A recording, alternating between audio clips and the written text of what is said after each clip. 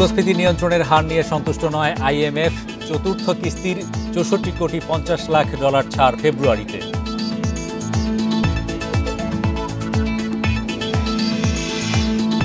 পাইকারি ও খুচরায় বোতলজাত সয়াবিন তেলের তীব্র সংকট।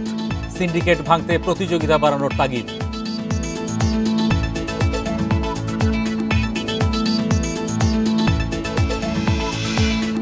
কেরানীগঞ্জে রূপালী ব্যাংকের কর্মকর্তা কর্মচারীদের জিম্মি করেছে ডাকাতরা। ঘিরে রেখেছে সেনা, র্যাব, পুলিশ।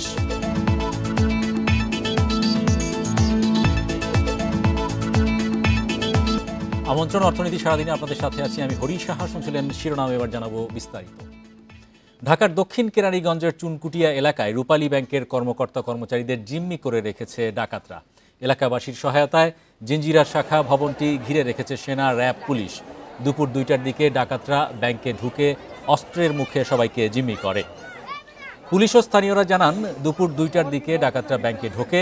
এ সময় পাশের মসজিদের মাইক থেকে ডাকাতির খবর জানানো হলে স্থানীয় কয়েকশো লোক ব্যাংকের ওই শাখা ঘিরে ফেলে ও বাইরে থেকে তালা ঝুলিয়ে দেন।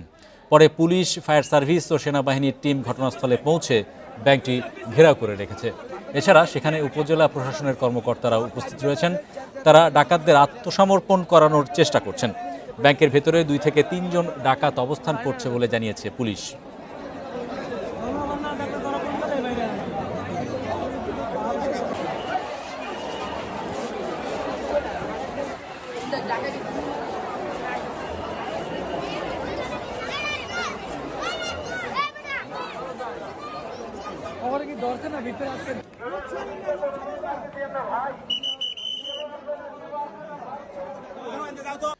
চলমান ঋণ কর্মসূচির আওতায় আন্তর্জাতিক মুদ্রা তহবিল আইএমএফ বাংলাদেশের জন্য চতুর্থ কিস্তি ৬৪ কোটি ৫০ লাখ ডলার ছাড় করবে ফেব্রুয়ারিতে।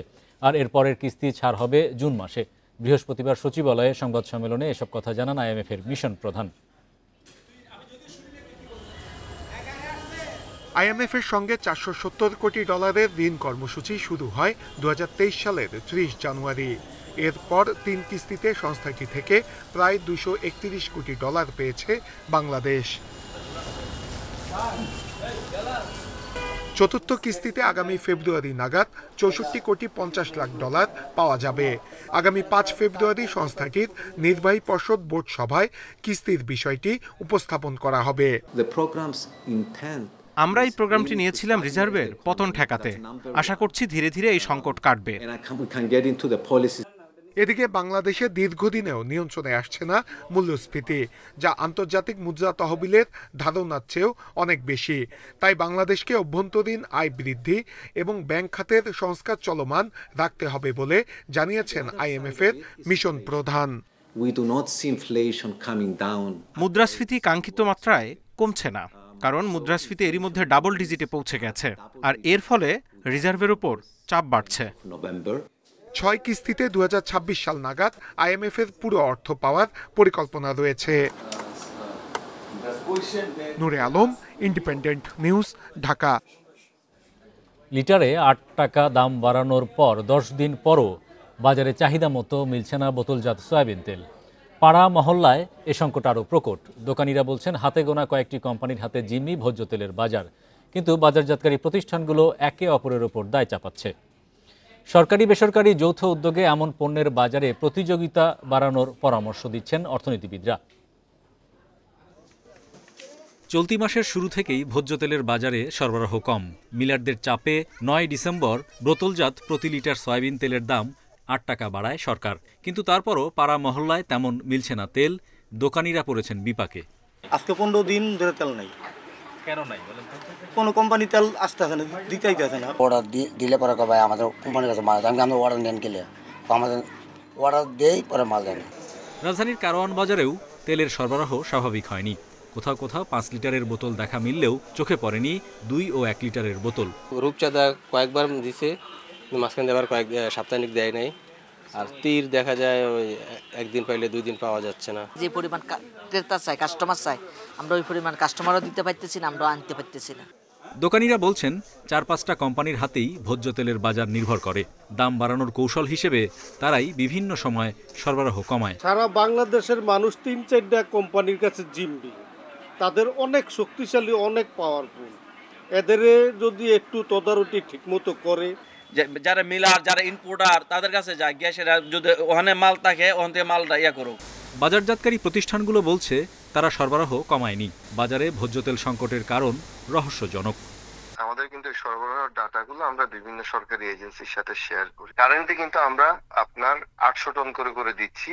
গত 10 দিন ধরে আমরা কিন্তু এটা দিচ্ছি। এর আগেও কিন্তু আমরা ধরেন 500 টন করে দিয়ে আসছিলাম। আমরা যে পরিমাণ মাল বাজারে দিচ্ছি, এটা যদি অন্যান্য সব কোম্পানি আমাদের সমপরিমাণও দিত, তাহলে বাজারে এই ক্রাইসিস তৈরি হয় না। অর্থনীতিবিদরা বলছেন ভোজ্য তেলের মতো নিত্যপণ্যের ব্যবসায় বড় পুঁজির দরকার হয়। তাই আমদানিতে ব্যাংক ঋণ সহ বিভিন্ন সুবিধা দিয়ে আরও প্রতিষ্ঠানকে যুক্ত করা উচিত। মূল কথা হচ্ছে যে আমাকে এখানে এই গোষ্ঠীর বাইরে আমদানি করার অবস্থা তৈরি করতে হবে, যে হয় পাবলিক সেক্টর দ্বারা হোক বা প্রাইভেট সেক্টরের ভাবে কোনোভাবে।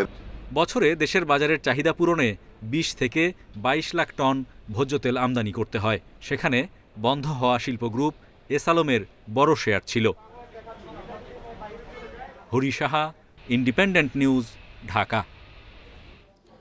10 দফা দাবি পূরণের আশ্বাসে 1 জানুয়ারি ডিম মুরগির উৎপাদন বন্ধের কর্মসূচি প্রত্যাহার করেছে পোল্ট্রি অ্যাসোসিয়েশন। বৃহস্পতিবার এক বিজ্ঞপ্তিতে তথ্য জানিয়েছে সংগঠনটি। বিজ্ঞপ্তিতে বলা হয়, প্রাণী সম্পদ অধিদপ্তর, কৃষি বিপণন অধিদপ্তর ও সংশ্লিষ্ট সকল ব্যক্তিদের নিয়ে 10 দফা দাবির বিষয়ে আলোচনা হয়েছে। সরকার প্রান্তিক খামারি এবং দেশ ও জনগণের স্বার্থে এসব দাবি পূরণের আশ্বাস দিয়েছে। পাশাপাশি বিপিএকে এ খাতের সংশ্লিষ্ট সব দপ্তরে যুক্ত করা হবে বলেও জানানো হয়। এসব বিবেচনায় নিয়ে কর্মসূচি প্রত্যাহার করা হয়েছে। গত 15 ডিসেম্বর এক বিজ্ঞপ্তিতে সারা দেশের প্রান্তিক পোলট্রি খামারে ডিম ও মুরগি উৎপাদন বন্ধ করার ঘোষণা দিয়েছিল বিপিএ।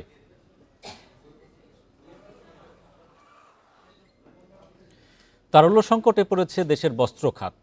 বাংলাদেশ ব্যাংকের গভর্নরকে লেখা এক চিঠিতে এমন দাবি করেছে বস্ত্রকল মালিকদের সংগঠন বিটিএমএ। বস্ত্রকলগুলো ব্যাক টু ব্যাক ঋণপত্রের মাধ্যমে তৈরি পোশাক শিল্পে সুতা ও কাপড় সরবরাহ করে থাকে। তবে ঋণপত্র ইস্যু করা বাণিজ্যিক ব্যাংক মেয়াদ পূর্ণ হওয়া বিলের অর্থ যথাসময়ে পরিশোধ করছে না। কোনো বস্ত্রকলের বিলের মেয়াদ পূর্ণ হওয়ার পর 2 বছর পার হলেও তা পরিশোধ করছে না ব্যাংক। এতে অনেক বস্ত্রকলে তারল্য সংকট দেখা দিয়েছে।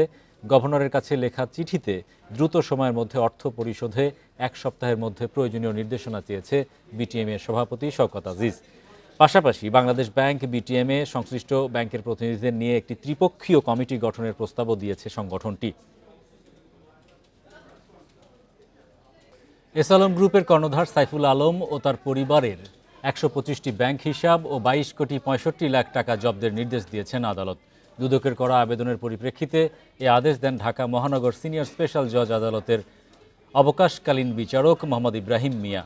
আবেদনে বলা হয়, এসালম গ্রুপের চেয়ারম্যান মোহাম্মদ সাইফুল আলম ও তার পরিবারের সদস্যদের বিরুদ্ধে Singapore, British Virgin Island, Cyprus ও অন্যান্য দেশে $1 বিলিয়ন পাচারের অভিযোগ অনুসন্ধানকালে তার ও তার পরিবারের সদস্যদের নামে ফার্স্ট সিকিউরিটি ইসলামী ব্যাংকের বিভিন্ন শাখায় 125টি হিসাবে বিপুল পরিমাণ অর্থ থাকার বিষয়টি অস্বাভাবিক ও সন্দেহজনক। সাইফুল ইসলাম ও তার পরিবারের সদস্যদের অবৈধভাবে উপার্জিত অর্থ গোপনের উদ্দেশ্যে এসব হিসাবে জমা রেখেছেন। যে কোনো সময় এসব অর্থ উত্তোলন করে বিদেশে পাচার বা গোপন করার আশঙ্কা রয়েছে মর্মে অনুসন্ধানকালে প্রতীয়মান হয়েছে। সুষ্ঠু অনুসন্ধানের স্বার্থে 125টি হিসাবের 22 কোটি 65 লাখ 69,191 টাকা ফ্রিজ করা প্রয়োজন।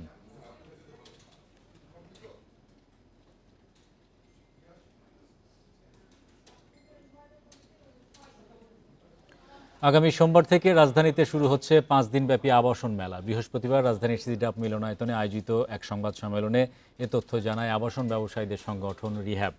সংবাদ সম্মেলনে জানানো হয়, গৃহায়ণ শিল্পের বাজার সৃষ্টির লক্ষ্যে মেলার আয়োজন করা হচ্ছে, যা দেশের অর্থনীতি সমৃদ্ধ করার পাশাপাশি গৃহায়ণ শিল্প এবং লিঙ্কেজ শিল্প বিকাশে অনন্য ভূমিকা রাখবে।